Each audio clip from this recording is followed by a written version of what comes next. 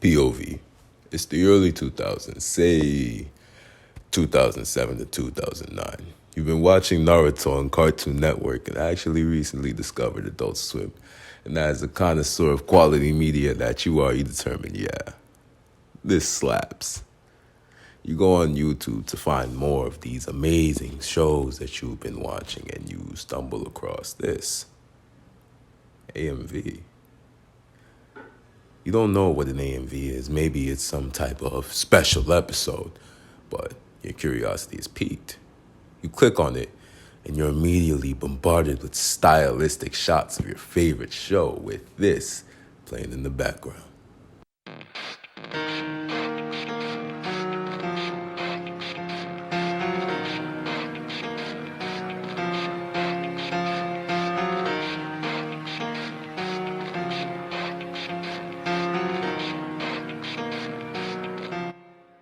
You're immediately hooked by how the visuals and the music sync up so perfectly. You're enthralled by what you're hearing.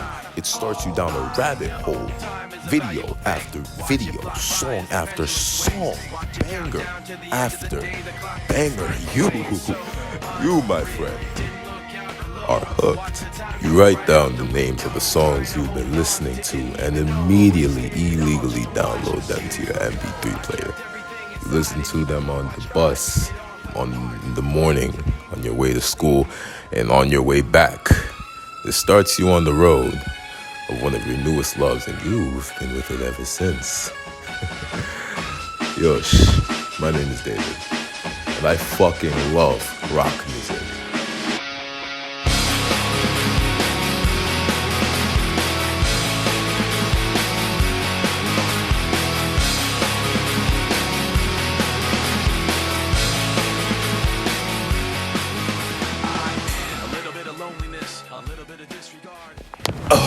Where do I even begin, man? I've been a fan of rock music for a while now, damn near my whole life. I mean, everything about it is just the drums, the crisp cutting vocals, the visceral screams, the guitar. Oh my gosh, the guitar. There's just something about it that keeps you hooked. Rock was at its most culturally relevant in the early 2000s. With the Attitude Era of the late 90s came an influx of teens who were ready to rebel, revolt, and overthrow the goddamn system. This era brought about the popularity of bands like Paramore, My Chemical Romance, Green Day, Panic at the Disco, 30 Seconds to Mars, Linkin Park, God rest Chester's soul. Rock music was in almost everything. Take any teen movie, for example. There was always a group of edgy, angsty teenagers who were either too cool for school, the bad boys that all the girls would fawn over, or the up-and-coming rock band. You know exactly what I'm talking about. It was prevalent in video games, with it being used in advertisements or in the games themselves to add to the atmosphere or play up the spectacle. Take any early 2000s Sonic Final Boss for a perfect example of this.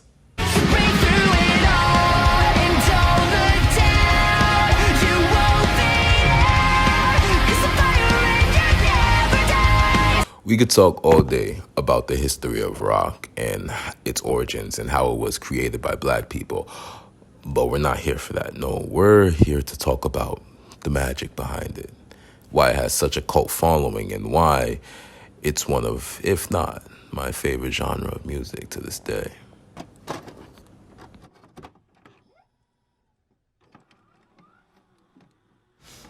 Rock music to me is about a few things. The first being power. Whether it be an opening riff or some over-the-top drums, rock always seems to give off this sense of power. Of course, this depends on the type of rock that you're listening to, but we all know I'm referring to metal over here. With bands like Breaking Benjamin and Pierce the Veil having quite a few songs that give off this sense of power we all want to feel. Take A Match into Water, for example. That song just... Fuck, bro, that song. How does it feel? How does it feel? Well, it feels like I'm on fire. Wake up, I know you can hear me. The song is chaotic as hell. The guitarist was given a key, and he's doing whatever the he wants, and the drummer is trying his hardest to keep up. But there's also a song like Riot, the intro to Riot by 3 Days Grace.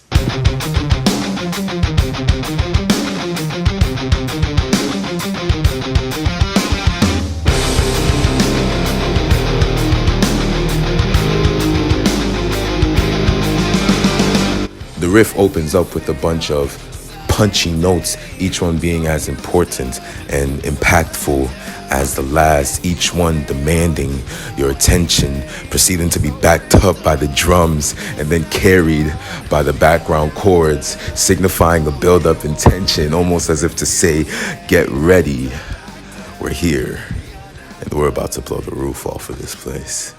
I think an even better example would be the intro to Awakening by Normandie, actually.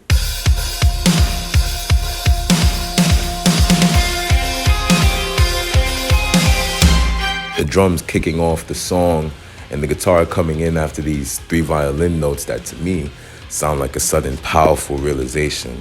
You get what I'm saying?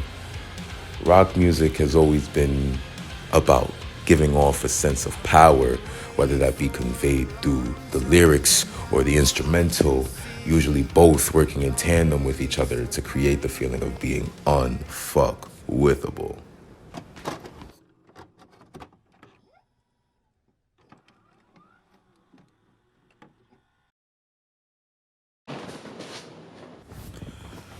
Rock music can also be beautifully tragic.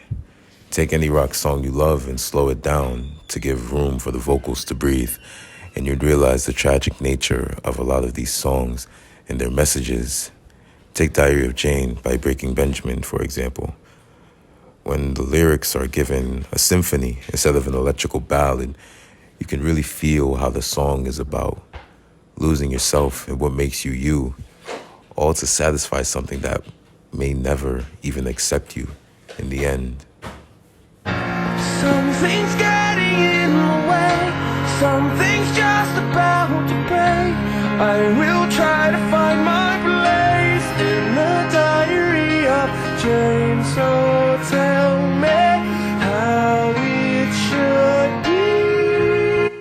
Try to Fight It by Shallow Side depicts being unable to let go of someone despite being neglected constantly over and over, and knowing that they hold you in no regard, that if you were to disappear, that they would go on living just fine.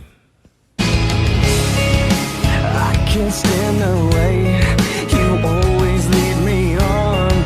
I follow blindly right behind you, and I still get lost.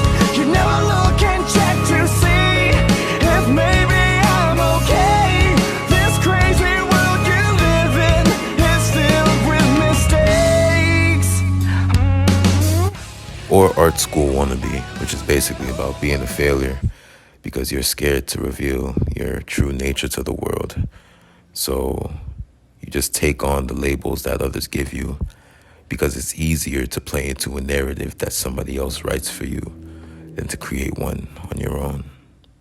Maybe I'm my own greatest fear. Maybe I'm just scared to admit that I might not be as dark as I think. Maybe I'm not the person that I never wanted to be.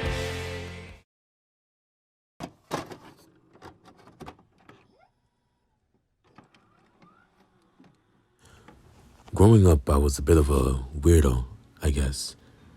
I didn't really get along with people. Sometimes I felt like I genuinely didn't understand them.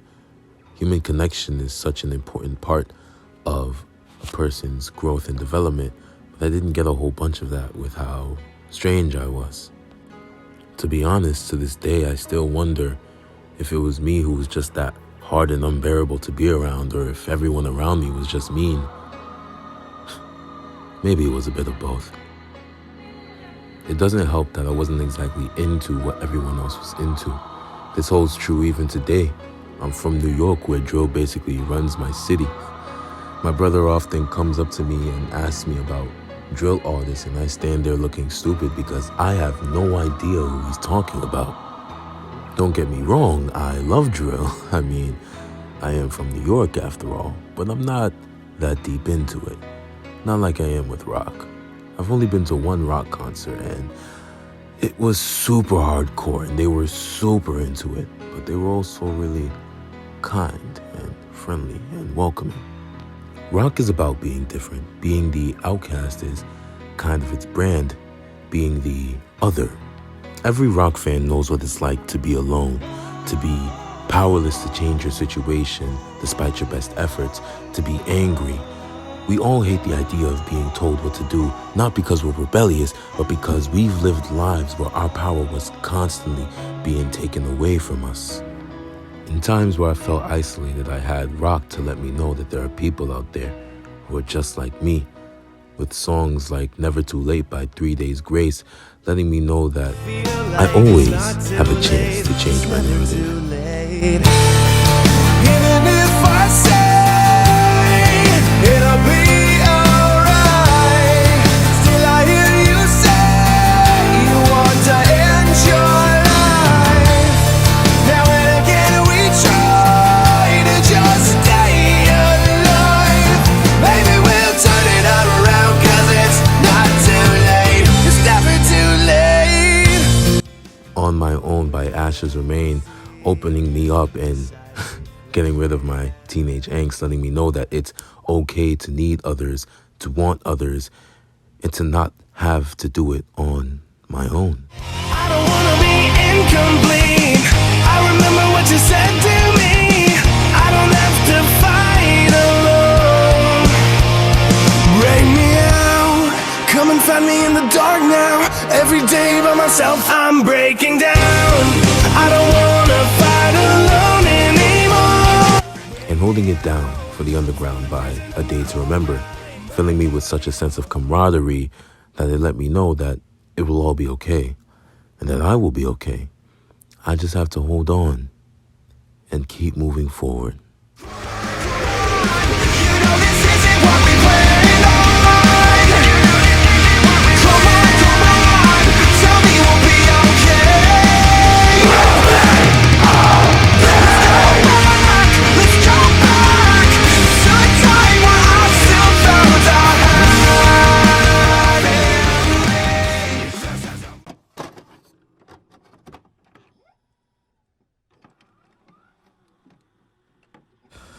I know I'm not alone in my feelings. It's kind of weird being basically a metalhead as a black guy, showing people my music taste and hearing, oh, that's that white people music, has to be one of the most tired lines I've ever heard. But rock does it for me. It makes me feel powerful and gives me the courage to actually go out and change things. It gave me a sense of belonging when I felt like no one was there for me. It cried with me when I had nobody to share my grief with. Besides just being overall bangers, rock speaks to me. To me, their screams don't sound like yelling. It sounds like passion, like a true belief in your existence and a proclamation that I am here to stay and I will not be ignored or silenced. Rock saved my life at some point. To me, it's part of who I am. Auditory representations of my will to keep going. I've been noticing a trend of it coming back though, and I've been seeing black people express their love for it as well, and I am absolutely here for it. There are these girls on TikTok who lip sync to nostalgic rock hits, and I absolutely love them. I really hope they see this. Somebody send this to them, please.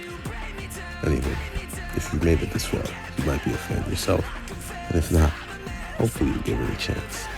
I appreciate you hearing me out. Thank you for listening to why I fucking love rock music. Just a room full of strangers.